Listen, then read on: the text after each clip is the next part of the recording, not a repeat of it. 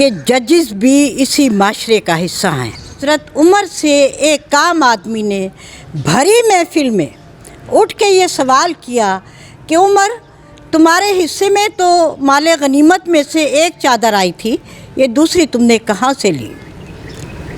تو حضرت عمر نے بالکل غصہ نہیں کھایا، بالکل ناراض نہیں ہوئے، بالکل ناراضگی کا اظہار نہیں کیا۔ انہوں نے کہا دوسری چادر میرے بیٹے کی ہے۔ حتیٰ کہ ایک بار ایک صحابہ کرام پیش ہوئے تو جو کرسی عدالت پر بیٹھا، انصاف پر بیٹھا ہوا تھا، وہ جج کھڑا ہو گیا۔ انہوں نے کہا مجھے تم سے انصاف کی توقع نہیں ہے، کیونکہ میں آج ایک مجرم کی حیثیت سے تمہارے دربار میں آیا ہوں، تمہاری عدالت میں آیا ہوں، انصاف کے لیے آیا ہوں، تو تم نے مجھے پروٹوکول دیا، لہٰذا مجھے تم سے اسلامی انصاف کی توقع نہیں ہے۔ تو یہ معیار تھا وہاں احتساب کا اور انصاف کا کہ ایک غریب آدمی 500 کی چوری کرتا ہے، موبائل کی چوری کرتا ہے، کوئی بکری کی چوری کرتا ہے، اس کے سالہ سال جیلوں میں گزر جاتے ہیں اور اس کی رہائی کا بندوبست نہیں ہوتا، تو جنہوں نے ملک کو لوٹ کے کھا گئے ہیں، جن کا کوئی دولت کا اندازہ ہی نہیں ہے، ان لوگوں کو آپ ایک ایک دن میں انصاف دیتے ہیں اور رہا کر دیتے ہیں۔ یہ انصاف ہے؟ یہ انصاف نہیں ہے۔ انصاف کرنا ہے تو پھر تاریخ اسلام کی طرف لوٹو اور دیکھو کہ وہاں پر کیا ہوتا تھا۔ یہ انصاف کا تقاضا نہیں ہے۔ تو میں تو یہ سمجھتی ہوں کہ اس وقت ملک میں دو قوانین چل رہے ہیں، غریبوں کے لیے اور قانون ہے، امیروں کے لیے اور قانون ہے۔ آپ دنیا بھر کے جرائم کر لیں، آپ کی جیب میں پیسہ ہونا چاہیے، آپ ہر چیز کو خرید لیں گے۔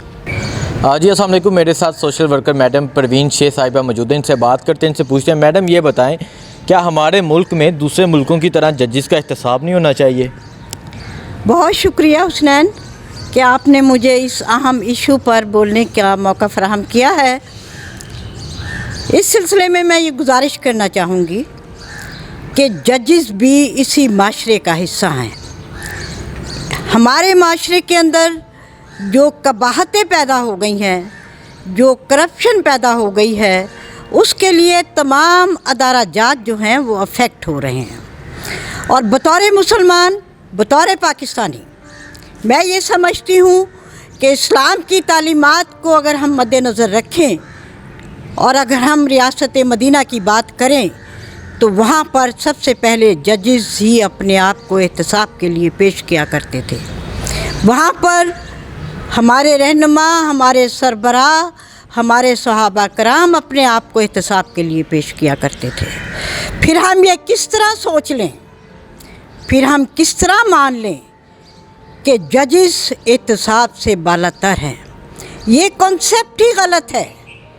اگر اس کو آپ اسلامی تاریخ کی روشنی میں دیکھیں، اس کو آپ جدید تاریخ کی روشنی میں دیکھیں، آپ اس کو جمہوری انداز میں دیکھیں، اس کو آپ ماڈرن سٹیٹس کے حوالے سے دیکھیں جنہیں ہم بڑا جمہوری کہتے ہیں، تو وہاں پر سب سے زیادہ احتساب ان لوگوں کا ہوتا ہے۔ معاشرے میں اگر خوشحالی نہ لانی ہے تو وہ نظام عدل نے لانی ہے۔ نظام عدل کو چلانے والے بھی انسان ہوتے ہیں اور ان سے بھی غلطیوں کا احتمال ممکن ہے، کیونکہ ایک پرفیکٹ ذات تو ہمارے اللہ کی ہے اور دوسری ذات ہمارے نبی کی ہے۔ سیکنڈلی میں یہ کہنا چاہوں گی کہ جس طرح ہمارے دیگر اداروں میں بہت سی خرابیاں پیدا ہو چکی ہیں اور ان کو ریفارمز کی ضرورت ہے، تو نظام عدل کو بہت زیادہ ریفارمز کی ضرورت ہے، کیونکہ اسی پر آپ کی سوسائٹی بیس کر رہی ہے، اسی پر آپ کا ملک بیس کر رہا ہے، اسی پر آپ کا وقار بیس کر رہا ہے، اسی پر آپ کا تمام معاشی نظام بیس کر رہا ہے۔ اگر آپ حقدار کو اس کا حق دلوا دیتے ہیں، آپ ملک کا حق اس کو واپس دلوا دیتے ہیں اپنے عدل کے ذریعے، اپنے فیصلوں کے ذریعے، تو پاکستان کو یہ ضلالت نہ دیکھنی پڑتی جو آج پاکستان کی تمام نسل بلکہ آنے والی نسلیں بھی اس کا خمیازہ بھگتیں گی۔ ہم تو بھگت ہی رہے ہیں۔ تو نظام عدل کو احتساب سے بالاتر نہیں ہونا چاہیے، اور نظام عدل کے سربراہوں کو یہ سوچنا چاہیے کہ جو اصلاحات پاکستان کے لیے ضروری ہیں، जो रिफॉर्म्स पाकिस्तान के लिए ज़रूरी हैं उसके लिए वो मुकम्मल काम करें। मेरी एक मीटिंग हुई थी जिसमें एडिशनल सेशन जज, डिस्ट्रिक्ट सेशन जज, बहुत से लोग थे, तमाम अदलिया के लोग थे। वहाँ मैंने एक पेपर पढ़ा था और उसमें मैंने तमाम रिकमेंडेशंस दी थी कि हमें ग्राउंड रूट्स लेवल पर अदलिया से क्या मुश्किलात हैं और उनको हम किस तरह बेहतर बना सकते हैं। हम रियासत मदीना की बात करते हैं, लेकिन पाकिस्तान में ये कानून बनाया जाता है कि जजी से एहतसाब नहीं होगा। तो ये बताएं क्या रियासत मदीना में कोई भी इंसान या कोई भी जज ऐसा था जिसका एहतसाब नहीं हो सकता? इस्लाम की रोशनी में बताइएगा, कोई क्या रियासत मदीना ये एक्सेप्ट करती है कि किसी भी इंसान का एहतसाब नहीं हो सकता? मैंने पहले भी आपसे गुजारिश की है कि इस्लाम की तो तमाम बेस ही अदल, इंसाफ और एहतसाब पर है और इसकी बेहतरीन मिसाल हज़रत उमर के वाक़ये की है, जिसमें हज़रत उमर से एक आम आदमी ने भरी महफिल में उठ के ये सवाल किया कि उमर, तुम्हारे हिस्से में तो माले गनीमत में से एक चादर आई थी, ये दूसरी तुमने कहाँ से ली? तो हज़रत उमर ने बिल्कुल गुस्सा नहीं खाया, बिल्कुल नाराज़ नहीं हुए, बिल्कुल नाराज़गी का इजहार नहीं किया। उन्होंने कहा दूसरी चादर मेरे बेटे की है। फिर आप देखिए कि जब मुख्तलिफ सहाबा कराम के ऊपर इल्ज़ामात लगाए मुखालफीन ने, तो वो एक आम आदमी की हैसियत से अदालतों में, दरबार में पेश होते रहे और अपना मौक़िफ़ देते रहे। हत्ता कि एक बार एक सहाबा कराम पेश हुए तो जो कुर्सी अदालत पर बैठा, इंसाफ पर बैठा हुआ था, वो जज खड़ा हो गया।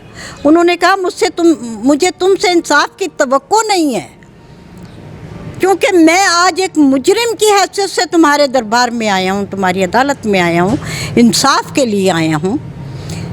तो तुमने मुझे प्रोटोकॉल दिया, लिहाजा मुझे तुमसे इस्लामी इंसाफ की तवक्को नहीं है। तो ये मेयार था वहाँ एहतसाब का और इंसाफ का।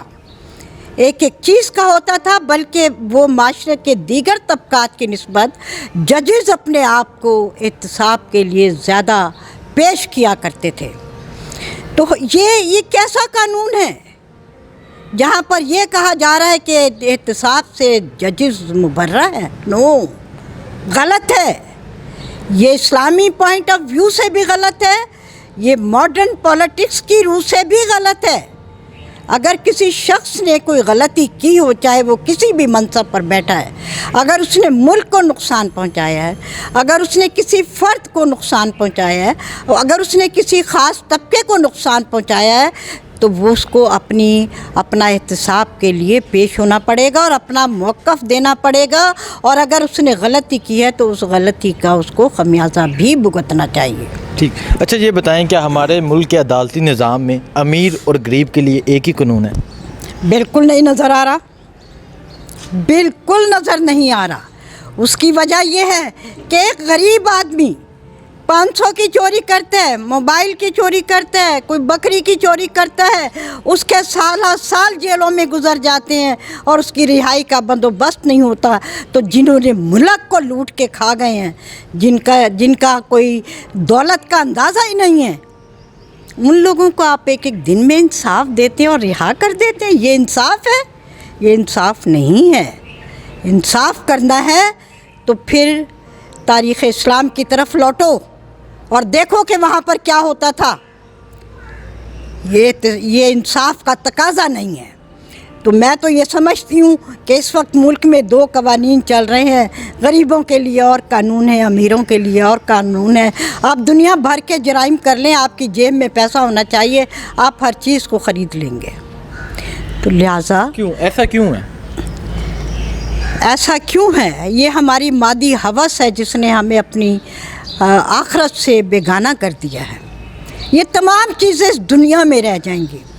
हमें अपने फ़राइज़ मनसबी को अदा करते हुए, अपने फ़राइज़ को निभाते हुए एक बड़ी अदालत में पेश होना है। अगर हम उस पॉइंट को जहन में रखें तो फिर मेरा नहीं ख्याल कि कोई इस किस्म के फ़ैसले जो हैं वो पाकिस्तान में आएँ। ठीक। तो ये बताएं कि ये निज़ाम जो है, ये जो अदालती निज़ाम या जो इस मुल्क का निज़ाम है, ये कैसे बदलेगा? یہ ریفارمز کے ذریعے بدلے گا، یہ ایجوکیشن کے ذریعے بدلے گا، یہ تربیت کے ذریعے بدلے گا.